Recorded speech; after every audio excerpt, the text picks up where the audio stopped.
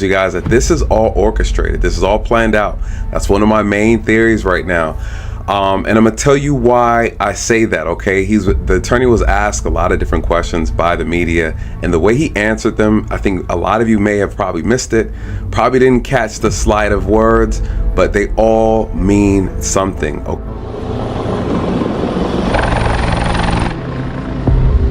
It was a scene seemingly out of a movie. Luigi Mangione, the 26-year-old man accused of killing United Healthcare CEO Brian Thompson, brought to New York to face charges for the early morning murder. All right, y'all, buckle up because the Luigi saga just took another wild turn, and I'm here to break it all down for you.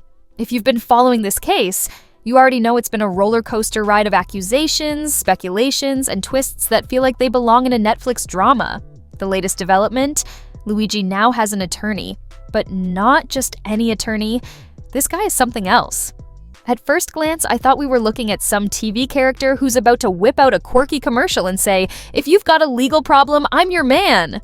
But the moment this guy opened his mouth, it became crystal clear that he's the type of legal heavyweight who doesn't just play the game, he runs it. This man exudes confidence, but not in a loud or flashy way. No, his confidence is subtle, quiet, and frankly intimidating. And I'm looking forward to moving forward, helping him out. How were you approached? I really don't want to get into that. Is he saying he's innocent at this point? He has indicated pleas of not guilty. The only charges that we've seen thus far have been the ones here in Pennsylvania, and we have pled not guilty to those charges. And What's his state of mind? I really can't get into that. That's too speculative. I'm not going to get into that. And I'm sorry, I couldn't hear from here. You said he has said he's in? He's got this cool, calm demeanor that says, "I know exactly what I'm doing, and I've done it 100 times before." He doesn't waste words or energy. Every sentence feels calculated, like he's 5 steps ahead of everyone else in the room. You know that rare combination of intelligence, wit, and charisma that makes someone utterly magnetic? That's him. And as I listened to him speak during the press conference, it hit me. This is the kind of guy who can turn a lost cause into a victory. It's almost unsettling how good he is. Now, let's get into the specifics because there's a lot to unpack here. This attorney isn't just here to defend Luigi. He's here to reshape the narrative entirely. And if you've been paying attention to the way this case has been presented in the media, you'll know that reshaping the narrative is a Herculean task. Luigi has been painted as everything from a cold-blooded criminal to a misguided vigilante, and the evidence, or lack thereof, has been presented in such a way that everyone thinks they already know the ending. But this attorney? He's here to make sure that story gets rewritten, and he's not playing around. A legal maestro in action. When the press conference started, the attorney stood there with a quiet confidence that instantly commanded attention. No flashy gestures, no over-the-top theatrics, just a man who knew his words would do all the heavy lifting. And, oh, did they? He addressed the reporters with a mix of professionalism and sharp wit, answering their questions with a precision that left no room for misinterpretation. It was like watching a chess grandmaster make their opening moves, setting up the board for a game that no one else in the room was even qualified to play. He was asked about the so-called manifesto found in Luigi's possession, and his response was nothing short of brilliant. Instead of denying its existence outright, he acknowledged it in a way that planted seeds of doubt. He questioned the chain of custody, the circumstances under which it was discovered, and even the authenticity of the handwriting. But he didn't stop there.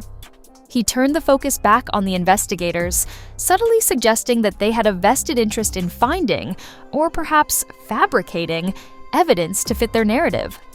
It was a masterclass in redirection, and it worked. By the time he was done, the reporters weren't even sure what they'd asked in the first place. And let's not forget his take on the arrest itself. The attorney painted a vivid picture of Luigi as a nervous young man caught in a situation spiraling out of control, using language that humanized him and made the audience question whether he was truly capable of what he's been accused of. It was a stark contrast to the media's portrayal of Luigi as a dangerous criminal, and it left everyone wondering if they'd been too quick to judge. That's the power of a skilled attorney. They don't just defend their clients. They change the way the world sees them. The arrest that raised eyebrows. Let's rewind to the moment Luigi was apprehended because this is where things start to get murky. According to reports, Luigi was spotted at a McDonald's in Aluna, Pennsylvania, enjoying a hash brown. Innocent enough, right? Well, not exactly.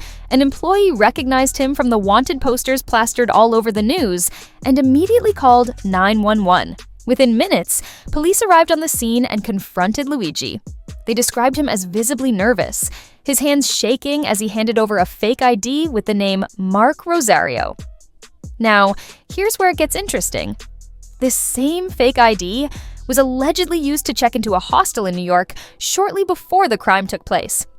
But despite this connection, there's still no direct evidence tying Luigi to the crime scene. No fingerprints, no DNA, just a name on a piece of plastic that could belong to anyone.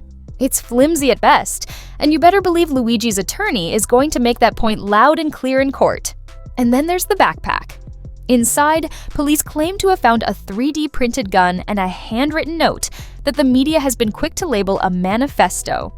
The note reportedly contains statements like, "I wasn't working with anyone. I apologize for the trauma, but it had to be done. These parasites had it coming." On the surface, it sounds damning, but dig a little deeper, and questions start to emerge. Is this note even real? If it is, who's to say Luigi wrote it? And if he did, under what circumstances? The attorney has already hinted that this so-called evidence could have been planted, and honestly, it's not outside the realm of possibility. The more I look at this case, the more it feels like a house of cards waiting to collapse. The evidence is circumstantial at best, and the prosecution's narrative relies heavily on assumptions rather than hard facts. They're banking on the court of public opinion to convict Luigi before he even sets foot in a courtroom, and that's a dangerous game to play. Because once doubt is introduced, it spreads like wildfire. And with an attorney like Luigi's in the mix, doubt is practically guaranteed. It's also worth noting how quickly the media has jumped on this story, dissecting every aspect of Luigi's life within hours of his arrest. They've dug up his childhood, his school records, his social media activity, anything they can find to paint a picture of who they think he is. Meanwhile, major scandals involving powerful figures go uninvestigated, and the public is left wondering where our priorities really lie. It's a classic case of selective outrage, and it raises the question, who benefits from turning Luigi into the villain of the week? As this case unfolds, one thing is clear: it's far from over. Luigi's attorney has already shown that he's more than capable of dismantling the prosecution's narrative piece by piece, and the so-called evidence against Luigi is riddled with enough holes to sink a ship. Whether you see Luigi as a misunderstood young man or a criminal mastermind, there's no denying that this case has captivated the public's attention, and for good reason. In the coming weeks, we'll be diving deeper into every aspect of this story, from the evidence, or lack thereof, to the strategies employed by both sides. This is just the beginning, and trust me, you're going to want to stick around for what happens next.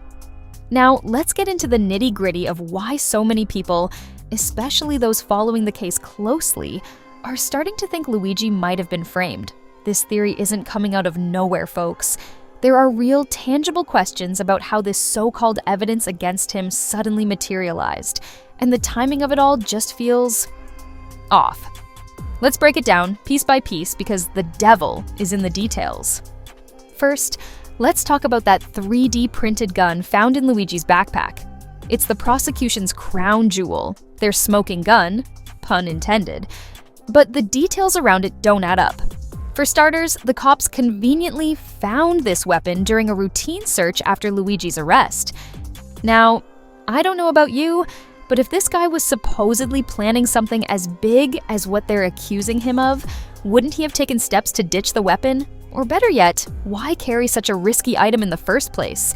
It feels almost too perfect that they found it, like it was planted there to seal the case against him. And let's not forget the implications of a 3D printed gun. These things are notoriously hard to trace.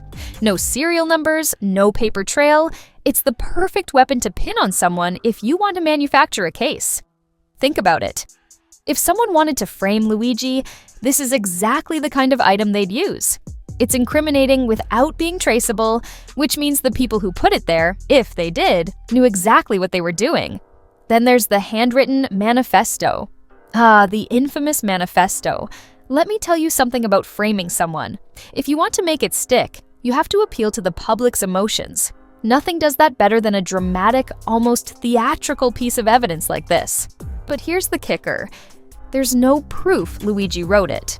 Sure, the prosecution is saying they found it in his possession, but possession doesn't equal authorship. For all we know, that note could have been written by anyone and slipped into Luigi's bag when he wasn't looking. And let's be real, if you were trying to pull off something like what they're accusing Luigi of, would you really leave behind a paper trail? This isn't some amateur hour situation. The note reads more like a plot device than an authentic piece of evidence. It's just too convenient. It's like the prosecution wants us to believe Luigi was walking around with a sign on his back that said, "I did it." Well, I guess we'll find out with time.